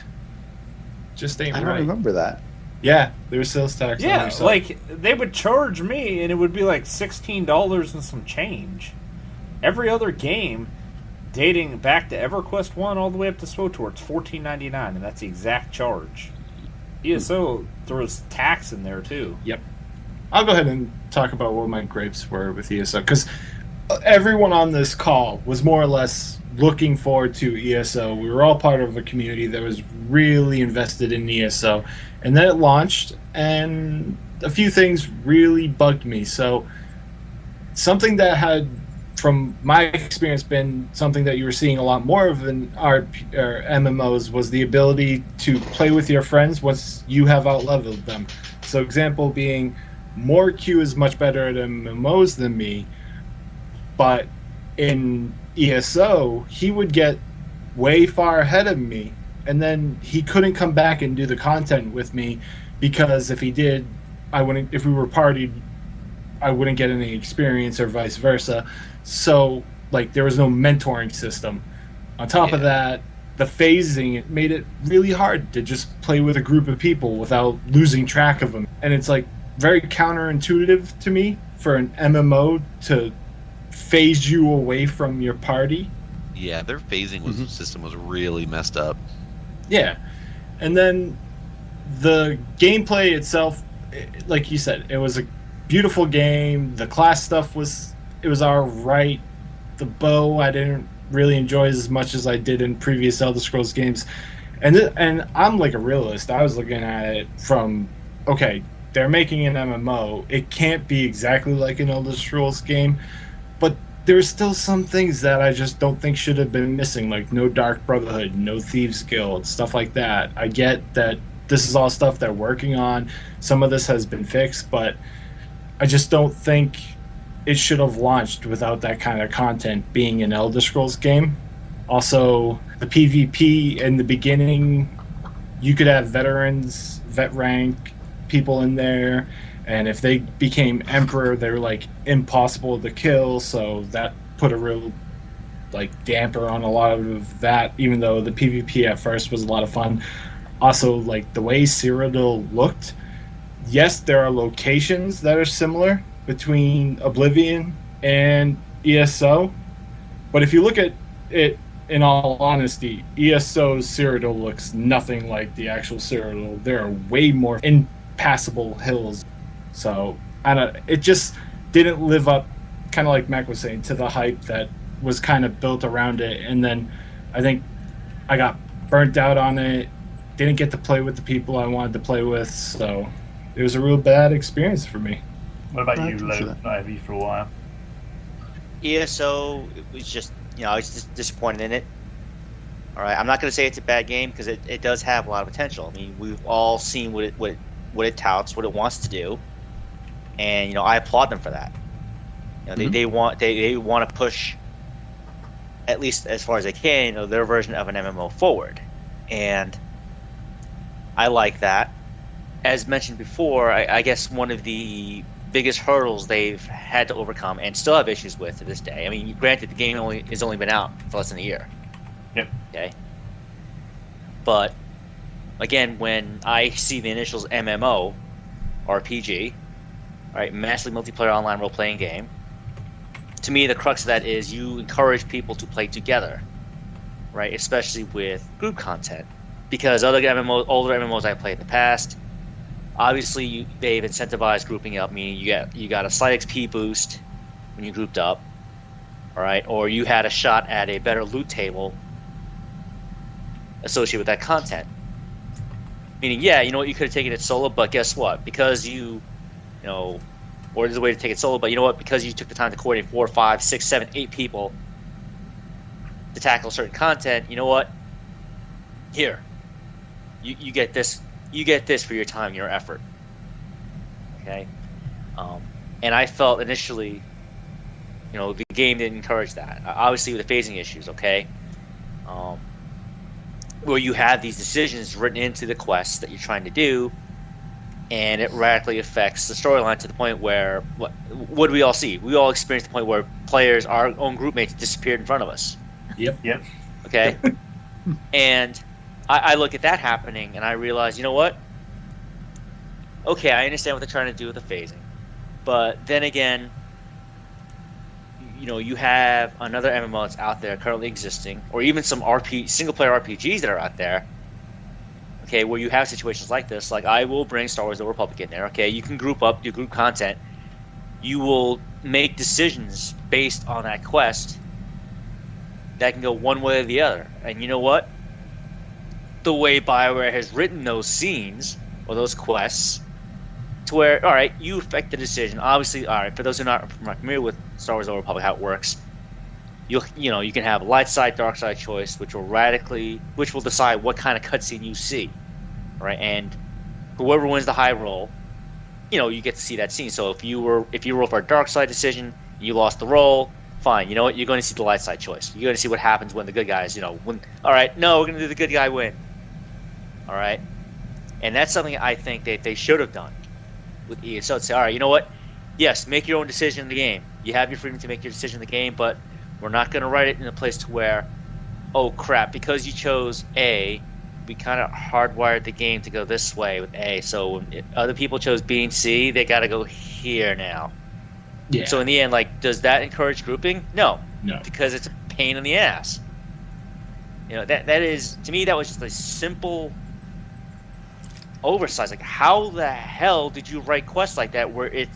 How did you not know this was going to happen? Where if everyone's got to choose choice A, why? Oh, because we got to stick together. But I don't feel that way. I'd rather go with choice B. But no, you got to see A if you want to stay together. No, I don't. That's exactly the route they went. It's like they punish players for making their own decisions. Yeah, especially that's what it felt like. Yeah, especially within the context of a group. It's like if you create quests to where if people choose 3 different choices and now 3 out of the 4 are completely different areas, how the hell do you accept that? How do you expect for us to play an MMO as a group when that's how you're doing things? With your friends or with your guildmates, if you all you hog tie your player base by saying, "Oh well, you all got to make the same decision, otherwise you're going to be in a separate phase." And that was a really big hurdle that they faced, and it didn't help them at all. And to me, something so fundamental in MMO group content, okay, encouraging people to be social and group up and do content together. You just pretty much shot yourself in the foot with that. Plus the fact that for those of us who were able to make it to the max level to cap, how radically the game changed from the leveling experience to the end game state, so to speak. All right, just how much the game changed in terms of now everything's like Mora can attest to. Like, it is a completely different experience. Yep. Okay, and for a lot of folks, people have to realize too with ESO is that ZeniMax Online was shooting for and counting on the big single-player fan base that the Elder Scrolls franchise has. All right, and a lot of those players, admittedly, hey, they posted on the forums. They openly admit, yeah, I've never played MMOs before. Okay, and now you're asking them to come into the MMO world, and then you give them elements that they're familiar with. So of course that's going to lend to some frustration from the player as they adjust the learning curve. All right, 1 to 50, I would say it wasn't that bad at all.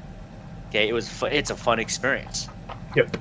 And I will never deny it was a fun experience, but if I had gone there with no MMO background from the past and then seeing the veteran ranks levels, I would have been like, what the hell is this? Veteran levels were, especially at launch of the game, veteran levels were, they were ridiculous. In regards of difficulty, like, if you picked one class, you were massively nerfed in veteran ranks. Like, it was that difficult. Yeah, one class. You had one. If you was a Dragon Knight, you did okay. If you played anything else, you struggled. And it's my understanding, like, you got to vet rank pretty much playing all of the content, so all the story stuff. Yes, I did grinding. I did every single quest in the game. Right. So you weren't grinding for it. It was all story driven, more or less. Yes. But then you hit vet rank, and it becomes nothing but a grind fest. Yes, because I did every quest in the game. So I did every single veteran zone, all the quests in those zones. What a lot of people did was do dungeons over and over again, do Dark Anchors over and over again, kill the world bosses, and they just ground out those locations over and over again. Whereas I just quested all the way through, solo as well. And it was so difficult. Taking on 2 or 3 mobs, say, unless you were a Dragon Knight, was almost impossible. At least for me as a Nightblade, who Nightblades were ridiculously weak when it came to end game content. Right, and again, that was. I'm glad you brought that up more. That was another thing too that kind of it didn't help ESO's reputation. Is the fact that you had classes with, they had 4 classes, and there would be skill disparity. Okay, not on a slight level, but a big level, to where you have classes like where you said the Dragon Knight, that's almost an unstoppable force. Yep. Whether it's PvE content or PvP, they were nearly unstoppable. And then you have a Nightblade class, which, the Nightblade class, which is supposed to be like the rogue, the sneak thief, the assassin type class. Stereotypically, fit that role, and yet a lot of the skills and abilities they were given in the game just completely didn't lend to using that class. Like it completely drained their stamina so quick. They had no passives to get that back right away. And most of the ones were broke as well on the Dragon, on the Nightblade. Right, and obviously the way they lent to class builds and stuff, it didn't help. Okay, and those disparities still exist today. Or at least when I last checked the forums, okay, Nightblades are not on the same level as the other 3. Okay, yes, they're working on it, which is great. That's to their credit. They know that the problem exists, and they're gradually working on it. The thing is, like, we spoke about Nightblades being weak a month after the game being launched, and they said we're working on it. They made changes. And how many is it now? Came out in April, was it? Mm-hmm. It's December now, and there's still that disparity. Like when I was playing at max rank doing trials, the Nightblade, as Lou said, the rogue, the thief, its best role was being a healer. Like, that is totally like, I went back to playing, to check out the new stuff, and my Nightblade assassin was there, fully decked out in robes, with a flame staff and a healing staff, because that was the best way to play it. Like, and if you're picking wrong. that class, like, you're going, I want to be the DPS guy. I want to be doing the damage. And you just can't.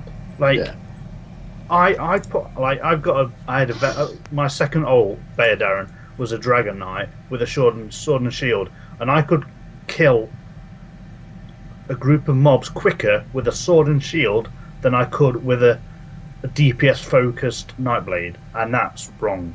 That's so wrong.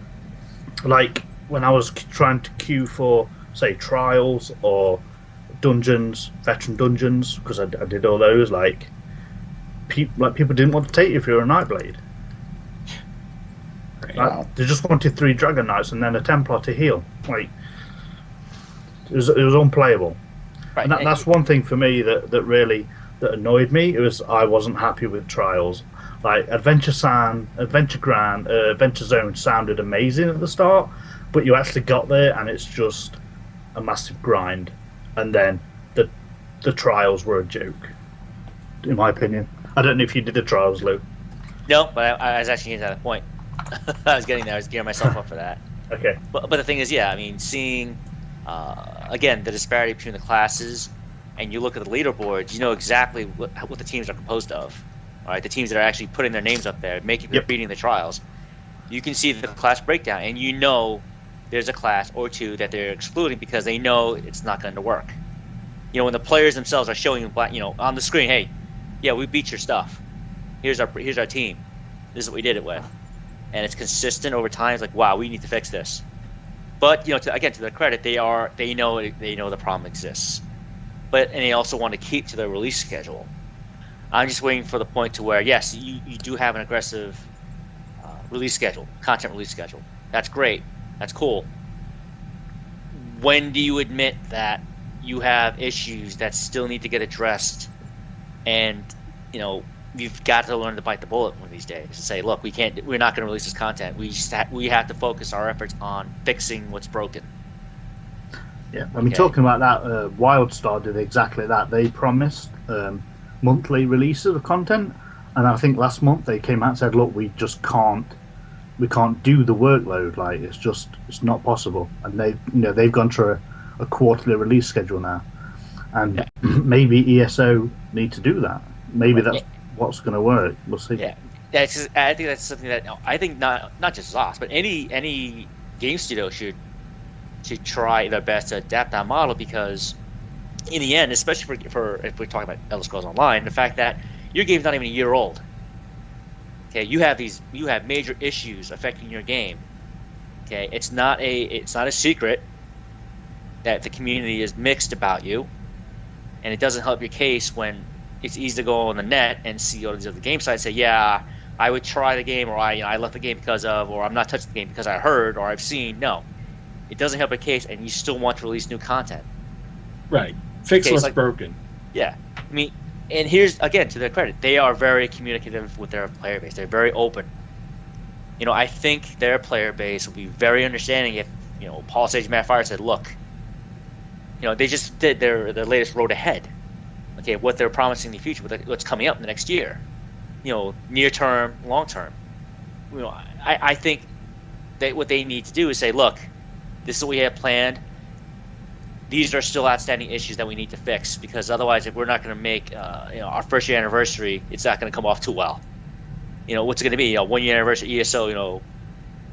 Great MMO, great promising, or are you going to be staining jokes? And no, I'm going to play something else. Like I'm going to play World of Warcraft. I'm going to play Archage. I'm going to play WildStar, because at least their stuff works. Okay, I mean. You just I would rather a game say, you know what, I don't want to play a game because I'm not interested in your type of fantasy game MMO, as opposed to I'm not playing a game because A, this is broken, this doesn't work, this is broken, this doesn't work. Class imbalances are right there. No, that you don't want to hear. Right. No, exactly. So I agree. They should take a step back from producing new stuff, fix what's broken, and then maybe people will come back to the game and it would flourish even better. Mm-hmm. Here. But the longer they wait, the more relevance that game is losing to the people that left because stuff wasn't there. Right, and new stuff's always coming out. Like there's that Black Desert or Black Rose MMO. Yeah, Black Desert, yeah. Beta next year. I'm gonna give my little story about how ESO and I interacted. Sure, go ahead. It's a lot shorter. But basically, I really wanted to like that game. And see, my whole thing with this MMO back when SWTOR first came out, I was working a job where I couldn't get vacation time. I couldn't have any time off. Like, I needed to work every day. And when ESO came out, I was fortunate enough where I was in a new position where I could actually take vacation time. And so I'm like, oh, this is going to be great. This is going to be my first MMO where I can actually take the first week off and play it at launch. Well, I did. I put in for the time. I got the time off. I was off when ESO launched, and I think I had 2 weeks off. And I started playing the game.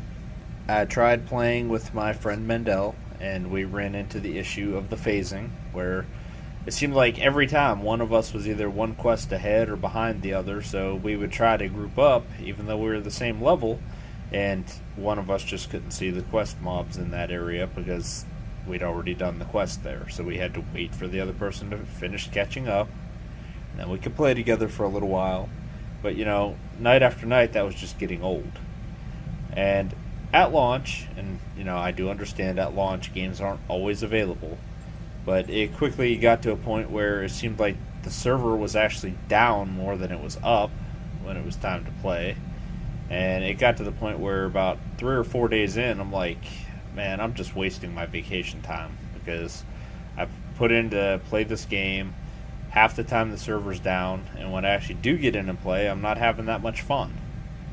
And the sad thing is, I actually bought the game for myself and for Paige, and we got the collector's edition, so $200 right there I sank into the game. And Lou and I are both in the unique boat of we can play more than one subscription MMO at a time. We can be subbed up, so I never had any intentions on leaving SWTOR. Like, that's my game right there, but I really wanted to like ESO because I kind of miss having a medieval fantasy game that's actually good. ESO died a death of a million paper cuts to me. It was just a bunch of little things that added up to just put a sour taste in my mouth about that game. And I'm not going to get to the point where I say, okay, well, I'm completely done with ESO. I'm never going to go back to it because I never say never. But it's going to take something to actually pique my interest and make me want to go back and give it another go. Free to play would not pique my interest because I do not play any free to play game as free to play. I have to be. Oh no, but like the option of you being able to play it again without the cost to see if it's something you want to get invested in again. Yes. Well, see, I would try it. My experience with that though, like if I went back and tried it, it would end up being I'm getting hit in the face with a bunch of restrictions, and that would just turn me off from the game even further. Okay. Not to mention, I spent $200 buying collector's editions, and now the game is being given away free. And you bought it on Steam as well, didn't you? Anyway, so I spent like $240 on this game, as I was saying. But I already got burned by that with SWTOR as well, because I paid $150 for a collector's edition for SWTOR, and then when the game went free to play, Kmart was selling the collector's edition for $35. Yeah. Ouch. Yeah. Well, I'd have to guys, sell all of them. That's kind of the gamble you take. I mean, sadly, it's just how it happens. Like, it's only WoW that seems can actually keep that. 12 million players have gone, back. It's gone up from 6 million. When we're talking about ESO and like being a WoW killer, like WoW was on 6 million, and now it's gone back up to 12 or something, which is ridiculous. And I guess it says that the people at Blizzard must be doing it right when it comes down to it. I'll tell you this: there's only been 2 games in the last few years that I actually feel like I've actually gotten my money worth out of them, and that being SWTOR and Skyrim. It's funny, like the ones that I've got the most out of are, like we spoke about earlier, probably Smite and Hearthstone, and I think I've got my money's worth out of those games, and I put a lot of money into them, and I think I've definitely got my value. Yeah, I'd agree with you. And as long as we're talking about disappointments, this will never live up to the fact that I bought the collector's edition of Hellgate London. So if you want to talk about disappointments, go do your research on Hellgate London. I even bought the lifetime subscription for that game. Wow, and I have a copy of it somewhere. I've never even heard of it. Oh, there's a reason. I think it's before our time back. No, it's not all that long ago. Oh, okay. How long ago? No, it's not. That game had an unfortunate fan. Yeah, unfortunate. I mean, it could have been worse, though. You could have been one of the people that originally bought APB. Oh, yes. I don't know. I'm still going to say that Hellgate London was worse. No, because they didn't take Hellgate London, and after it got canned, bring it back as a free-to-play game where you had to pay $30+ for one gun. Oh, don't get me wrong. Hellgate London is back. A Korean, if I remember right, a Korean company picked it up. Of course they did. I thought that was another Hellgate. No. Does your subscription still count? Nope, because they completely went out of business. Oh, well then. Yeah, I'll have to do my research. I've never heard of that game. I don't know how old. You said it's not too old, so I don't, but... Hellgate London, 2007. Wow. 2007? Okay. I was 16. I should be able to find... I was old enough to play that game. Well, that's older than you let on. Yeah. Alright, that's enough of that crap. I'm going back to the front of the ship.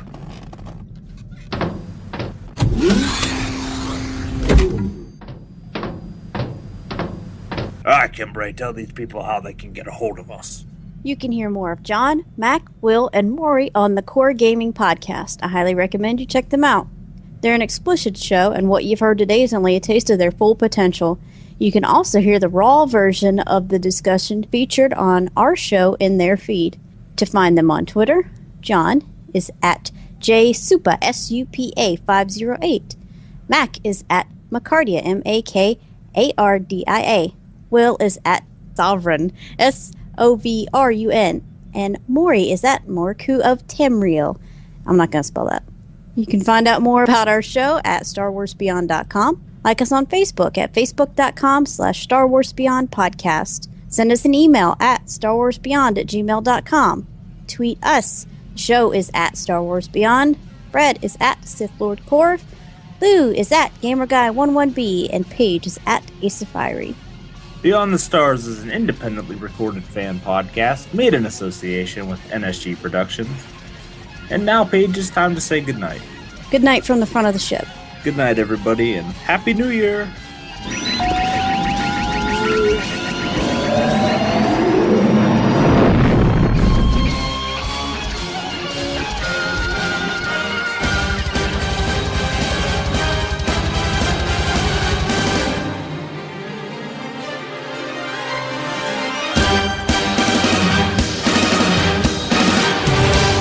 You've served your purpose.